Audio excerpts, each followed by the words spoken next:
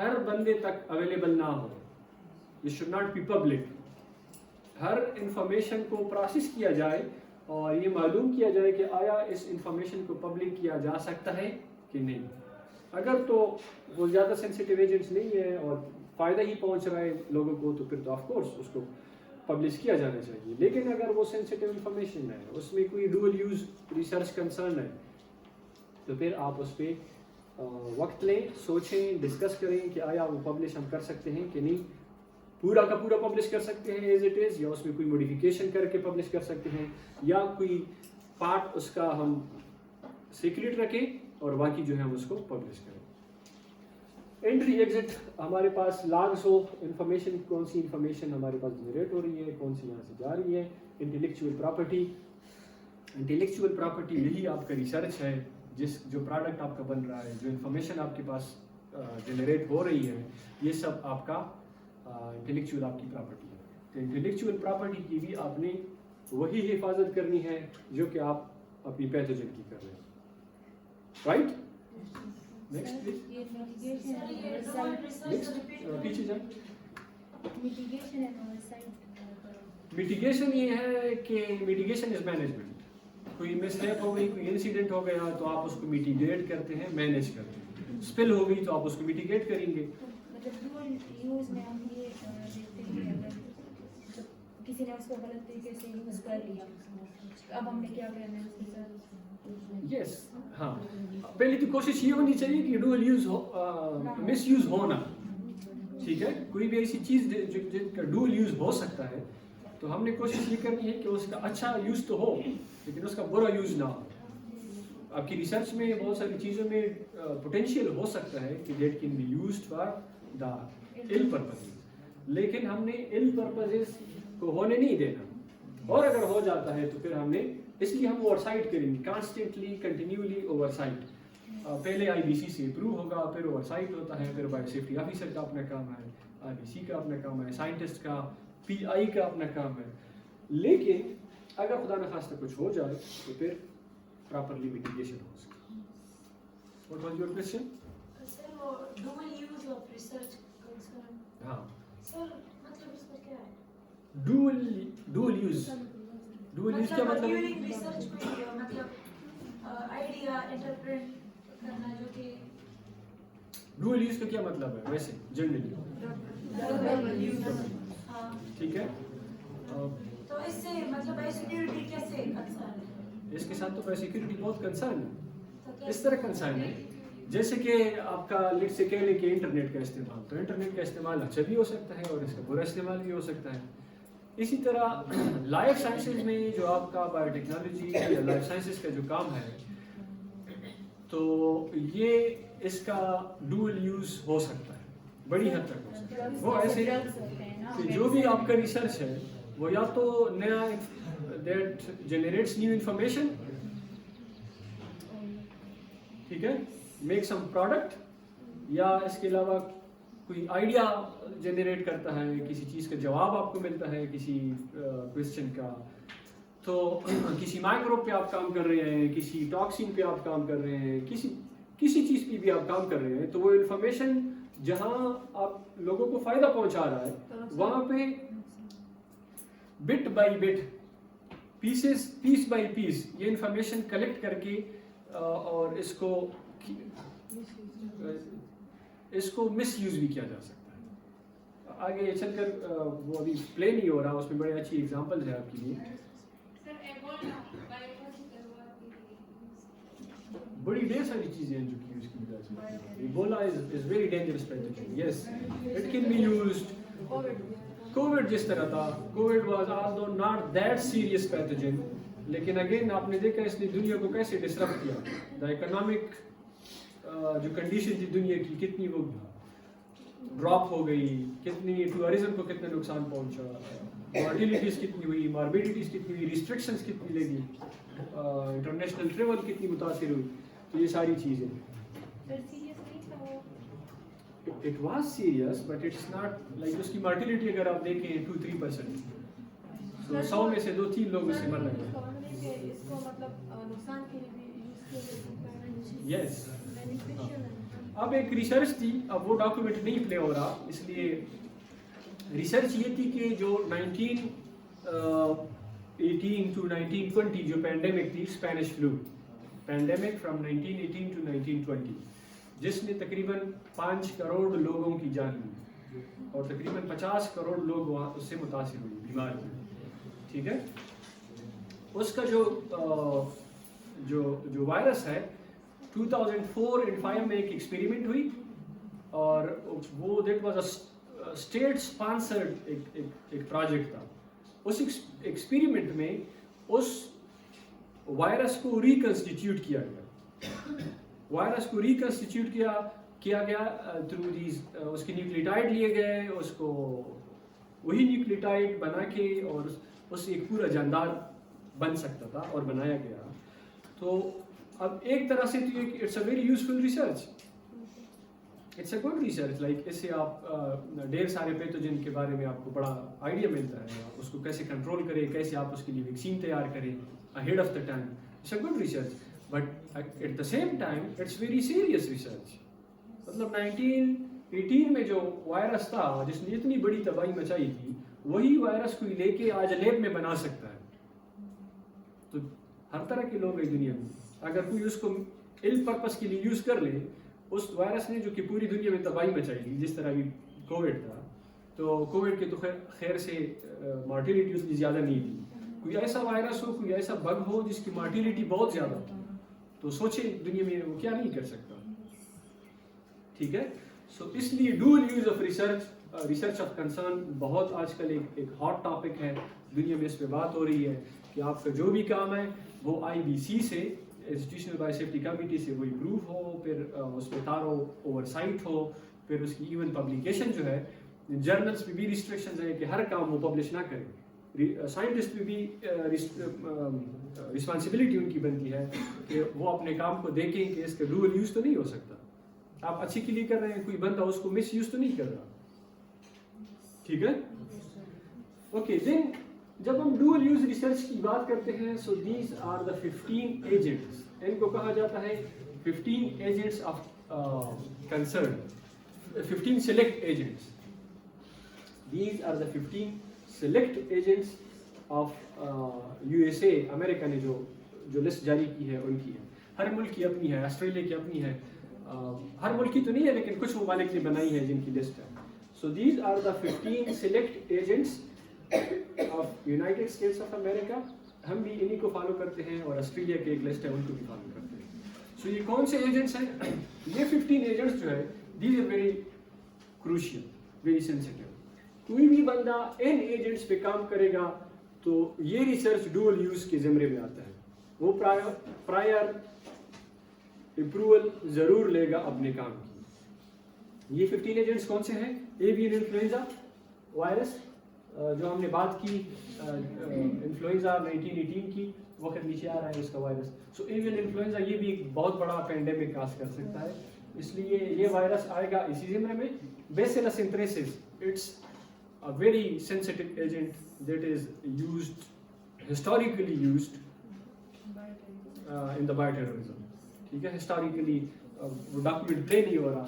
اس کے علاوہ اور بھی بہت سارے ڈاکیومنٹ ہیں جس میں بیسیلس انتھریسس کو ہسٹوریکلی بہت زیادہ لوگوں نے, اسٹیٹ اسپانسرڈ یا پرائیویٹ آرگنائزیشن یا انڈیویجول کیپیسٹی میں لوگوں نے اس کو یوز کیا ہے فار ٹیررزم. سب سے اس کا بڑا جو ٹیررسٹ جو ایونٹ تھا وہ کون سا تھا؟ بیسیلس انتھریسس کا, اینتھریکس بایو ٹیررزم. جی آئیڈیا, یہ idea. It was in 2001, exactly after the 9/11 attacks. 9/11 attacks جو ہے اس کے ایک ہفتے بعد 18 نومبر کو جو تھا یہ اینتھریکس کا اٹیک ہوا. اور اینتھریکس کے اٹیک میں اس نے, do you remember any idea about anthrax attack? No? Bioterrorism, anthrax bioterrorism. It's very famous event. ایک تو اس کی ٹائمنگ تھی کیونکہ یہ ایگزیکٹلی 9/11 کے بعد ہوا تھا, اور جن بندے نے کیا تھا وہ تو سائنٹسٹ تھا لیکن اس نے طالبان کے نام سے کیا تھا. ٹھیک ہے, فرام اسامہ بن لادن کے نام سے کیا تھا. اسامہ بن لادن کی آرگنائزیشن کا کیا نام تھا؟ القاعدہ کے نام سے اس نے کیا. تو اس نے یو ایس کے سینیٹرز کو, 2 سینیٹرز کو اور کچھ صحافیوں کو لیٹرز بھیجے. ان لیٹرز پہ اینتھریکس کے سپورس تھے. ٹھیک ہے, تو جو ہی ان لوگوں نے وہ لیٹرز کھولے, اس پہ لکھا تھا کہ ایک اسٹیٹمنٹ ہے اس میں کہ نو مور امریکہ, اس طرح کی کچھ کامنٹس تھے, اور القاعدہ زندہ باد اس طرح کے, اور اللہ از دا گریٹسٹ, یہ لکھا گیا تھا اس پہ. وہ کیا تھا ایک امریکن سائنٹسٹ نے, لیکن اس نے کس کے خلی میں کیا تھا؟ مسلمانوں کے خلی میں اور القاعدہ کے خلی میں یہ کیا تھا. اور کچھ سینیٹرز اور کچھ صحافیوں کی اس کی ڈیتھ بھی ہو گئی, اور کچھ جو ہے اسی بیمار بھی ہوئے. اس کے بعد جو ہے بایو سیکیورٹی پہ اور بایو ٹیررزم پہ بہت زیادہ زور دیا جانے لگا کہ دیکھیں, ایک ہے ٹیررزم, کوئی گن سے کسی کو آپ ڈرانا, کسی کو مارنا, اور بارود سے, تو وہ جی تو وہ ایک آبویس ایک جنگ ہوگی, اور وہ مشکل بھی ہے گن لے کے جانا, لوگوں کو مارنا. اب وائرس لے کے جانا اٹس ایزی, وائرس لے کے جائیں اور آپ اس کو اسپریڈ کریں علاقے میں, اور کوئی اس کی رسولے کا اگر ٹرانسمیشن ہو تو ایک سے دوسرے کو, دوسرے سے تیسرے کو, کتنے زیادہ لوگوں سے بیمار اور متاثر ہو سکتے ہیں. تو اس لیے بایو ٹیررزم پہ آج کل بہت زیادہ زور دیا جاتا ہے تاکہ اس کا مس یوز نہ ہو. آج کل یو این کی پوری کنونشن ہے اس میں, پوری یونائٹڈ نیشن سیکیورٹی کونسل اس کو ڈیل کر رہا ہے, جہاں پہ وہ کیمیکل ویپنس کو, ٹاکسنس کو ڈیل کر رہے ہیں, وہاں پہ بایولوجیکل ویپنس کو آج کل کہ اس کی ڈس آرمامنٹ ہو, کہ لوگ حکومتیں یا لوگ اس کو مس یوز نہ کریں. رائٹ, ڈیبیٹیبل ٹاپک, ریکارڈ ہو رہا ہے, اس لیے we should talk precisely. Then comes botulinum neurotoxins in any quantity. Neurotoxins, they are very, very sensitive. اس سے انسانوں کی موت ہو سکتی ہے, بڑے پیمانے پہ ہو سکتی ہے, ایون مائنوٹ اماؤنٹ جو ہے وہ بھی بڑا نقصان کاز کر سکتا ہے. botulinum toxins in any quantity. Then comes Burkholderia melai. یہ بھی ایک ایجنٹ ہے, it's very sensitive. Then Burkholderia pseudomyelai. Then comes Ebola virus. Ebola virus آج کل یہ ایک بڑا ہارڈلی ٹاپک ہے اور بہت ہی خطرناک ہے, اس سے مرٹیلیٹی بڑی زیادہ ہوتی ہے ایبولا وائرس سے. So it's agent of concern. Comes foot and mouth disease. یہ جانوروں کی بیماری ہے فٹ اینڈ ماؤتھ ڈیزیز, لیکن چونکہ یہ وائرل ہے اس کی اسپریڈ بہت تیز ہے. اگر لائف اسٹاک میں بھی یہ بیماری پھیل جائے تو بڑے جانور اس سے متاثر ہو سکتے ہیں. جانور متاثر ہوں گے تو اس سے نیشنل اکانومی متاثر ہوگی, اس لیے یہ بھی اسی سے ہوتا ہے. فرانسیسیلا ٹولارنسس, نہیں یہ زوٹک نہیں ہے, لیکن اگر آپ کی سارے جانور متاثر ہوتے ہیں, آپ کی ایگریکلچر متاثر ہوتی ہے, اس میں صرف ہیومن نہیں آتے, آپ کے اینیملز, آپ کے ایگریکلچر, آپ کے پلانٹ سارے آتے ہیں. اگر آپ کی ایگریکلچر متاثر ہو گئی, پاکستان میں کوئی گندم نہ رہے تو کیا کھائیں گے؟ وہ بھی بہت بڑی تھریٹ والی سچویشن ہے. ٹھیک ہے. Then Francisella tularensis, Marburg virus, reconstructed 1918 influenza virus, reconstructed. ٹھیک ہے. اگر کوئی بندہ اس پہ وائرس پہ کام کرتا ہے, اس کو ریکنسٹرکٹ کرتا ہے, تو it is also very dangerous. Then comes Rinderpest virus. یہ بھی اینیمل وائرس ہے, خطرناک ہے. Toxin producing strains of Clostridium botulinum and variola major virus and variola minor virus and Yersinia pestis. یہ سارے جو ایجنٹس ہیں, these are very sensitive, very dangerous, اور یہ کسی نہ کسی فارم میں دنیا میں انہوں نے تباہی مچائی ہے. پہلے آپ اس کو سرچ کر سکتے ہیں, یرزینیا پیسٹس پہ جائے, ویریولا میجر پہ جائے, تو ان کا کوئی نہ کوئی پینڈیمک ایپیڈیمک آ چکا ہے. انہوں نے بڑی تباہی علاقے میں تباہی مچا چکی ہے. چونکہ ایک تو یہ لسٹ پرانی ہے, شاید کوئی نئی لسٹ بنے اس میں یہ انکلوڈ ہو, لیکن فی الحال اس میں وہ انکلوڈ نہیں ہے. ٹھیک ہے, کووڈ اس میں انکلوڈیڈ نہیں ہے. Next. Okay, so what is bio security?